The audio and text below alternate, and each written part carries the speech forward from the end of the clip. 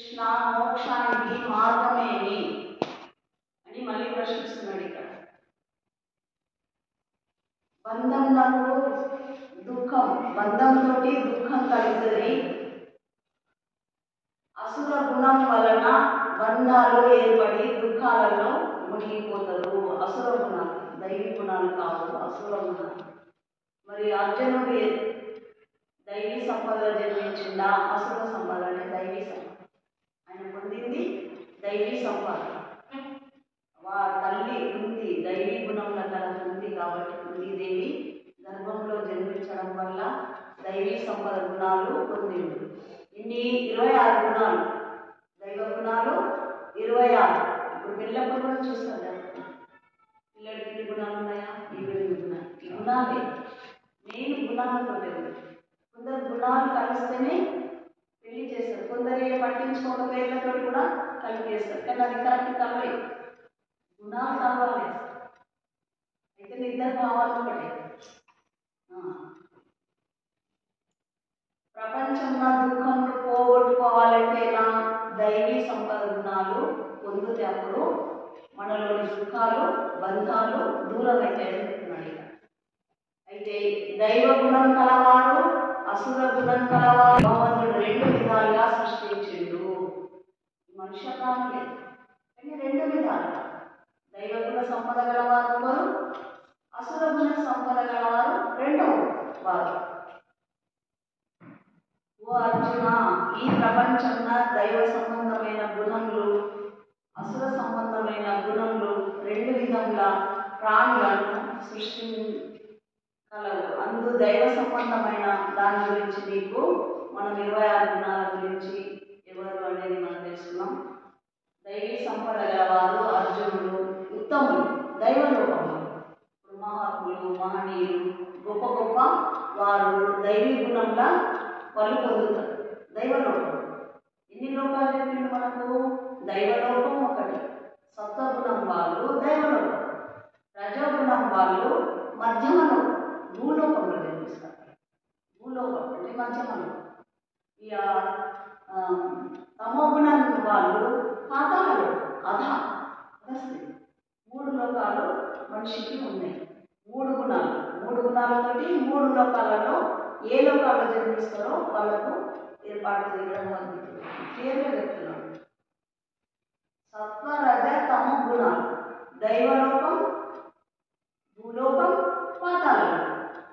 నువ్వు దేంట్లో జన్మించాలనుకుంటున్నావు, ఏ అని ఇక్కడ వివరంగా చెప్తున్నాడు. ఇక్కడ వాస్తవంగా ప్రపంచంలో 2 జాతులు కలవు, దైవజాతి, అసుర జాతి. ఒకటి ఆర్య జాతి, మరొకటి అనార్య జాతి. ఆర్య అంటే జ్ఞానం, ఆర్య అంటే జ్ఞానం, అనార్య అంటే అజ్ఞానం. అనార్య జాతి 2 జాతులు. తక్కిన అవాంతర జాతుల మీద తర్వాత ఫస్ట్ భగవంతుడు 2 జ్ఞానులు, అజ్ఞానం, ఆర్య అనార్య అని పెట్టింది దాన్ని. అందుకనే దీంట్లో కూడా ఉంది, బృందాలలో కూడా ఉండేది. తర్వాత మిగతాన్ని మళ్ళా తయారైనట్టున్నారు. కావున ప్రతి వారు తాము ఏ జాతికి చెందినది బాగా పరీక్షించుకొని తమ యందు ఏదైనా అసుర గుణాలు ఉన్నాయా దానిని వదిలేసి దైవ గుణాలను పొందడానికి ప్రయత్నించమంటున్నాడు కృష్ణ. మన లోపల మన అసుర గుణాలు ఉన్నాయా? దైవ గుణాలు. అసుర గుణాలు అంటే తొలగించుకోండి అంటారు. తొలగించుకొని దైవ జాతిలో చేరడానికి ప్రయత్నించు. అసుర స్వభావం గల జనులు ధర్మ ప్రవృత్తిని కానీ అధర్మ నివృత్తిని కానీ తెలుసుకోరు. అసురులు వాటి ధర్మం అవసరం లేదు, ధర్మ మార్గంలో కూడా నడవడు. నాకు ఇది ధర్మం, నేను చెప్పిందే ధర్మం, నేను నడిచిందే ధర్మం అంతే. ఆధర్మం నుండి నివృత్తి, అట్లా నడవకు నువ్వు నేను దగ్గరికి వెళ్ళి ధర్మంలోకి వెళ్తాను కూడా తెలుసుకోరు. తను చెప్పిందే వేదం, తను చెప్పిందే శాసనం. ఎవరు? హిరణ్యాక్ష. తనే దేవుడు, నేను చెప్పిందే అందరూ వినాలి, నన్నే పూజించాలి. అదే అసుర స్వభావం. హిరణ్యాక్ష ప్రహ్లాదుడు అందుకనే నరసింహ అవతారంతో ప్రహ్లాదుల వాళ్ళ కొడుకుగా జన్మించి ఆ భక్తిని తండ్రికి లోకానికి తెలియజేశాడు. ఎంత వీడు దైవగుణం, అసుర గుణం గల తండ్రికి దైవ గుణం గల కొడుకు. ఎవరి ద్వారా? తల్లి ద్వారా. చాలా తల్లి మొదటి దేవత, తల్లి మొదటి గురువు. తల్లి బిడ్డ భక్తి చేసినంటే పిల్లలకు తండ్రి వస్తుంది, తండ్రి తల్లి వస్తుంది. ఫస్ట్ తల్లి చేయాలి భక్తి. తల్లిదే కదా మరి ప్రహ్లాదుడికి వచ్చింది మొత్తం. శుచిత్వము ఉండదు, ఆచారము పాటించరు, అసుర గుణాల వాళ్ళలో ఉండదు, సత్కార్యాలు చేయరు. వాళ్ళ గుణాలన్నీ సత్యం మాట్లాడరు, అసత్యంలోనే ఉంటారు. అసుర గుణాలు. అసుర స్వభావయులు ధర్మ కార్యాలను చేయట కానీ అధర్మ కార్యముల నుండి మరొక కానీ తెలుసుకోరు. ఎంత చెప్పినా వినరు. ఒకరు చెప్పినా కూడా వాళ్ళు వినే రకం కాదు. అసుర గుణం. ఇట్లా విన్నా కూడా అక్కడికి లేచిపోతారు. మంచి మాటలు చెవికి ఎక్కుతాయి అంటారు కదా, ఎక్కుతాయా? ఎవరికి ఎక్కుతాయి? అసుర గుణం వారికి మంచి మాటలు చెవికి ఎక్కాయి. అంతే. తమ తప్పులను మరొకరు చెప్పినప్పుడు దానిని మార్చుకొని వారు నచ్చరు. ఒకవేళ అసుర గుణాలు ఉన్నా కూడా నీ తప్పు ఇది తప్పైంది, నువ్వు దీన్ని మార్చుకో అని చెప్పినప్పుడు దాన్ని మార్చుకొని వాడు మధ్యముడు. ప్రయత్నిస్తే మధ్యము. లేదు నేను మార్చుకోను, నేను ఇట్లనే ఉంటా, నీదే తప్పు అంటే అసుర జాతి. ఒకవేళ దాని నుండి నేను మార్చుకుంటా, వాళ్ళు చెప్పింది నాది తప్పాటైంది, నాది తప్పు ఇది అంటున్నారు, నేను ఆ తప్పును తెలుసుకున్న తర్వాత దాన్ని మార్చుకుంటే మధ్యమలో వస్తుంది. లేకపోతే అసుర జాతి అంటున్నాడు. ఇక్కడ చూడు ఎంత వివరంగా చక్కగా జరుగుతుంది. వీళ్ళు ఒకరు చెప్పినా వినరు, వీళ్ళు అధములు. వాళ్ళు మార్చుకున్న వారు మధ్యములు, మార్చుకోక వినొచ్చు అధములు. అధములు అంటే కింది. కొందరు చెప్తే వింటారు. స్టూడెంట్స్ కానీ పిల్లలు కానీ ఎవరైనా చెప్తే చక్కగా అర్థం చేసుకుంటారు. వాళ్ళు మధ్యలో మారిపోతారు. ఇంకో కొందరు అసలే వినరు, అర్థం మనం అర్థం చేసుకోవాలి. ఎటువంటి వాళ్ళు ఉన్నారు, వాళ్ళని బట్టి మనం కూడా వాదించాలి. వాళ్ళతోటి వాదన పెట్టుకోవద్దు.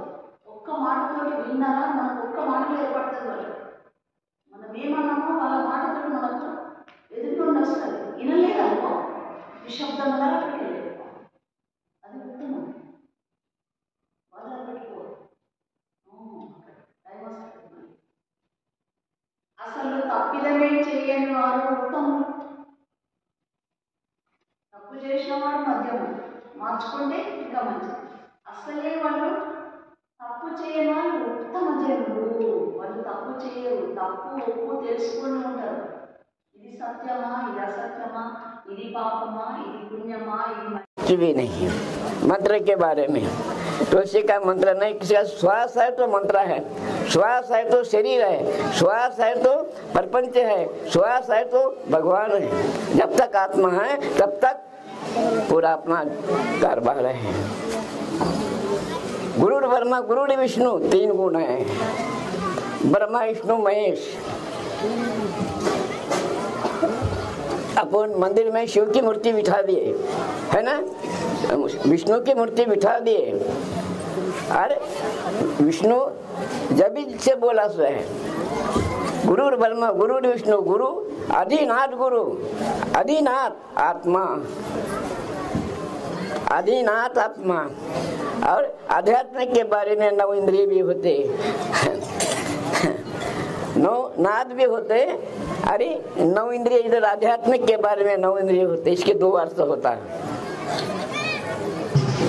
तो जब से क्या होगा आप देखो, ब्रह्म उत्पत्ति करता, ब्रह्मा उत्पत्ति करता, विष्णु रक्षण करता, और शंकर संहार भी करता और संभाल करता।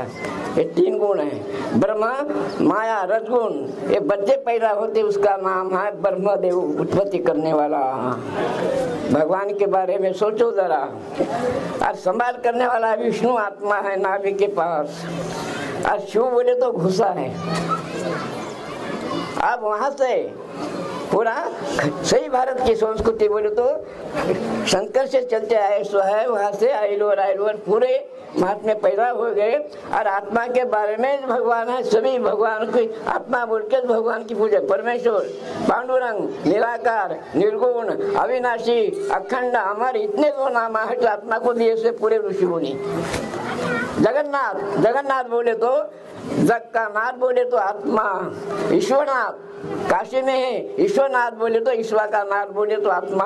आत्मा के शिवा आदि बीज एकले, तुकाराम बाबा बोला, यानी आत्मा सदाशिव, आत्मा अखंड रहने वाला, आत्मा अमर है। आत्मा को मृत्यु नहीं, शरीर को मृत्यु है।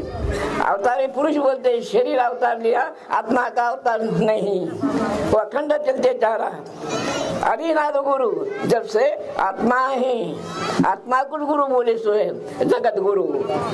मेरे को बोले जगत गुरु।